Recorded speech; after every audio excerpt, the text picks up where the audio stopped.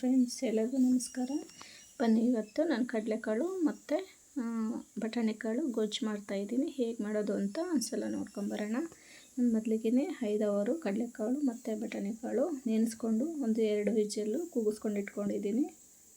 ಇವಾಗ next stove ಮೇಲೆ ಒಂದು ಬಾಣಲಿ ಇಟ್ಬಿಟ್ಟು ಒಂದು 5 ಟೇಬಲ್ ಸ್ಪೂನು ಆಯಿಲ್ ಹಾಕ್ಬಿಟ್ಟು 3 ರಿಂದ 4 ಹಸಿಮೆಣ್ಸಿನ್ಕಾಯಿ ಹಾಕ್ಕೊತಿದ್ದೀನಿ. ಖಾರ ಲೆಸ್ ಇದೆ. ಒಂದು ಸ್ವಲ್ಪ ಕರಿಬೇವಿನ ಸೊಪ್ಪು ಮತ್ತು 3 ರಿಂದ 4 ನೀರುಳ್ಳಿನೂ ಅಷ್ಟೇ ಆ್ಯಡ್ ಮಾಡಿ ಫ್ರೈ ಮಾಡ್ಕೊತಾ ಇದ್ದೀನಿ. ಫಸ್ಟಿಗೆಲ್ಲ ಯಾರೆಲ್ಲ ನನ್ನ ಚಾನಲ್ ನೋಡ್ತಾ ಇದ್ದರೆ ಸಬ್ಸ್ಕ್ರೈಬ್ ಮಾಡ್ಕೊಳ್ಳಿ, ಹಾಗೆ ಶೇರ್ ಮಾಡಿ, ಕಮೆಂಟ್ ಮಾಡಿ. ಹಾಗೆ ಹೇಗೆ ಮಾಡೋದು ಅಂತ ಒಂದ್ಸಲ ನೋಡ್ಕೊಂಬರೋಣ. ಎಲ್ಲ ನೀಟಾಗಿ ಫ್ರೈ ಮಾಡಿಕೊಂಡು ಒಂದು 5 ನಿಮಿಷ ಇಟ್ಕೋಬೇಕಾಗುತ್ತೆ. ಒಂದು 3 ರಿಂದ 4 ಟೊಮೊಟೊನೂ ಅಷ್ಟೇ ಚಿಕ್ಕದಾಗಿ ಕಟ್ ಮಾಡಿಕೊಂಡು ಹಾಕಿ ಫ್ರೈ ಮಾಡ್ಕೊತಾ ಇದ್ದೀನಿ. ನೋಡಿ, ನೀಟಾಗಿ ಬೇಯಬೇಕಾಗುತ್ತೆ. ಟೊಮೊಟೊ ಸ್ವಲ್ಪ ನೀಟಾಗಿ ಬೆಂದರೆ ಒಳ್ಳೆ ರುಚಿ ಕೊಡುತ್ತೆ. ಪೂರಿ ಮತ್ತು ಚಪಾತಿಗೂ ಕೂಡ ಒಳ್ಳೆ ಕಾಂಬಿನೇಷನ್ ಅಂತಲೇ ಹೇಳ್ಬೋದು. ತುಂಬ ಚೆನ್ನಾಗಿರುತ್ತೆ ಕಡಲೆಕಾಳು ಮತ್ತು ಬಟಾಣಿಕಾಳು. ನೋಡಿ, ಬೇಗ ಪ್ಲೇಟ್ ಮುಚ್ಚಿಬಿಟ್ರೆ ಇನ್ನು ಬೇಗನೆ ಬೆಂದ್ಕೊಳ್ಳುತ್ತೆ. ಅರ್ಜೆಂಟಲ್ಲಿ ಗಡಿಬಿಡಿಯಲ್ಲಿ ಮಾಡ್ಕೋಬೇಕಂದ್ರೆ ಈ ಥರ ಮಾಡಿಕೊಂಡ್ರೆ ತುಂಬ ಚೆನ್ನಾಗಿರುತ್ತೆ. ನಾನು ಯಾವುದೇ ಕಾರಣಕ್ಕೂ ಗ್ರೈಂಡ್ ಮಾಡ್ತಾಯಿಲ್ಲ ಮಸಾಲೆನ, ಸೊ ಹಾಗಾಗಿ ಹಾಗೆ ಹಾಕ್ತಾಯಿದ್ದೀನಿ. ತುಂಬಾ ರುಚಿಯಾಗಿರುತ್ತೆ. ನೀವು ಒಂದು ಸಲ ಟ್ರೈ ಮಾಡಿ ಫ್ರೆಂಡ್ಸ್. ಬನ್ನಿ, ಇವಾಗೆಲ್ಲ ರೆಡಿಯಾಗಿದ್ದಿಲ್ಲ ಅಂತ ನೋಡೋಣ. ನೋಡಿ, ಆಲ್ರೆಡಿ 3/4% ಬೆಂದಿದೆ. ಇವಾಗ ಬಟಾಣಿ ಮತ್ತು ಕಡಲೆಕಾಳು ಬೆಂದಿದ್ದಿಲ್ಲ ಅಂತ ಚೆಕ್ ಮಾಡೋಣ. ನೋಡಿ, 2 ವಿಜಲ್ಲು ಕೂಗಿಸ್ಕೊಂಡಿದ್ದೆ. 5 ಅವರ್ ನೆನೆಸ್ಬಿಟ್ಟು ಬೆಂದಿದ್ದಿಲ್ಲ ಅಂತ ಒಂದು ಸಲ ಚೆಕ್ ಮಾಡಿಬಿಡೋಣ. ನೋಡಿ, ಬೆಂದಿದೆ, ಚೆನ್ನಾಗಿ ಬೆಂದಿದೆ. 2 ವಿಜಲ್ ಕೂಗಿಸ್ಕೊಂಡಿದ್ದೆ. ಇವಾಗ ಸಪ್ರೇಟ್ ಮಾಡ್ಕೊಳ್ಳೋಣ, ನೀರೆಲ್ಲ ತೆಗೆದ್ಬಿಟ್ಟು. ಇವಾಗ ಮಸಾಲೆ ನಾವೆಲ್ಲ ಫ್ರೈ ಮಾಡ್ಕೊಂಡಿದ್ವಲ್ಲ ಆ್ಯಡ್ ಮಾಡ್ತಾಯಿದ್ದೀನಿ. ನೋಡಿ, ಆ್ಯಡ್ ಮಾಡಿಬಿಟ್ಟು ಎಲ್ಲ ಮಿಕ್ಸ್ ಮಾಡ್ಕೊತಾ ಇದ್ದೀನಿ. ನೋಡಿ, ಈ ಥರ ಮಿಕ್ಸ್ ಮಾಡ್ಕೋಬೇಕಾಗುತ್ತೆ. ಪೂರಿ ಮತ್ತು ಚಪಾತಿಗೆ ಒಳ್ಳೆ ಕಾಂಬಿನೇಷನ್ನೇ. ಗಡಿಬಿಡಿಯಲ್ಲಿ ಮಾಡ್ಕೋಬೋದು. ಬಟ್ ನೀರೂ ಅಷ್ಟೇ ಜಾಸ್ತಿ ಹಾಕ್ಬಾರ್ದು. ಲಂಚ್ ಬಾಕ್ಸಿಗೆ ಒಳ್ಳೆ ಫುಡ್ ಅಂತಲೇ ಹೇಳ್ಬೋದು. ನೋಡಿ, ಲಾಸ್ಟಲ್ಲಿ ಒಂದು ಕಪ್ಪಷ್ಟು ತೆಂಗಿನಕಾಯಿ ಮತ್ತು ಸ್ವಲ್ಪ ಕೊತ್ತಂಬರಿ ಸೊಪ್ಪನ್ನ ಆ್ಯಡ್ ಮಾಡಿ ಮಿಕ್ಸ್ ಮಾಡ್ಕೋಬೇಕಾಗುತ್ತೆ.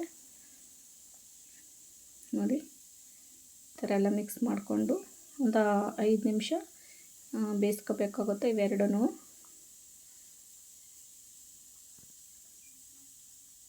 ಒಳ್ಳೆ ಟೇಸ್ಟಿಯಾಗಿರುತ್ತೆ. ಪೂರಿ ಚಪಾತಿಗೆ ಒಳ್ಳೆ ಸೈಡ್ ಡಿಶ್ ಅಂತಲೇ ಹೇಳ್ಬೋದು. ಲಾಸ್ಟಲ್ಲಿ ಒಂದು 3 ಟೇಬಲ್ ಸ್ಪೂನ್ ಗರಂ ಮಸಾಲ ಹಾಕ್ತಾಯಿದ್ದೀನಿ. ನೋಡಿ, ನೆಕ್ಸ್ಟ್ ಬಂದುಬಿಟ್ಟು ಧನಿಯಾ ಪೌಡ್ರು, ಅದನ್ನು ಅಷ್ಟೇ ಒಂದು 2 ರಿಂದ 3 ಟೇಬಲ್ ಸ್ಪೂನ್ ಹಾಕ್ಕೊಂಡ್ರು ನಡೀತಿದ್ದೆ. ಧನಿಯಾ ಪೌಡ್ರು ಮತ್ತು ಚಿಲ್ಲಿ ಹಾಕಿದ್ವಲ್ಲ, ಬಟ್ ಅದು ಖಾರ ಲೆಸ್ ಇತ್ತು. ಅದಕ್ಕೆ ಮತ್ತು ಚಿಲ್ಲಿ ಪೌಡ್ರನ್ನ ಮತ್ತು 1/4 ಸ್ಪೂನು ಹಾಕ್ತಾಯಿದ್ದೀನಿ. ನೀವು ಖಾರ ನೋಡ್ಕೊಂಬಿಟ್ಟು ಹಾಕ್ಕೊಳ್ಳಿ ಫ್ರೆಂಡ್ಸ್. ಬಿಟ್ಟು ಮತ್ತೆ ಎಲ್ಲ ಮಿಕ್ಸ್ ಮಾಡಿಬಿಡೋಣ. ಎಲ್ಲ ಮಿಕ್ಸ್ ಮಾಡಿಬಿಟ್ಟು ಸ್ವಲ್ಪ ನೀರನ್ನ ಆ್ಯಡ್ ಮಾಡಬೇಕಾಗುತ್ತೆ. ಇದು ಕಾಳು ಗೊಜ್ಜಲ್ವಾ, ನೀರು ಥರ ಇದ್ದರೆ ಚೆನ್ನಾಗಿರಲ್ಲ.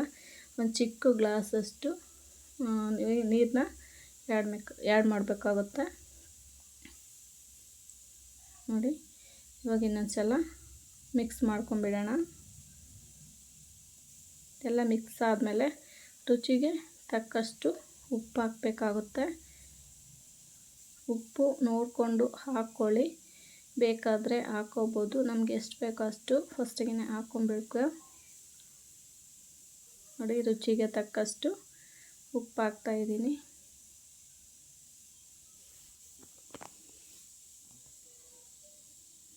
ಎಲ್ಲ ಮಿಕ್ಸ್ ಮಾಡಿ ಒಂದು 5 ನಿಮಿಷ ಆಗಿದೆ. ನೋಡಿ, ಆಲ್ರೆಡಿ ಸಿದ್ಧ ಆಗಿದೆ.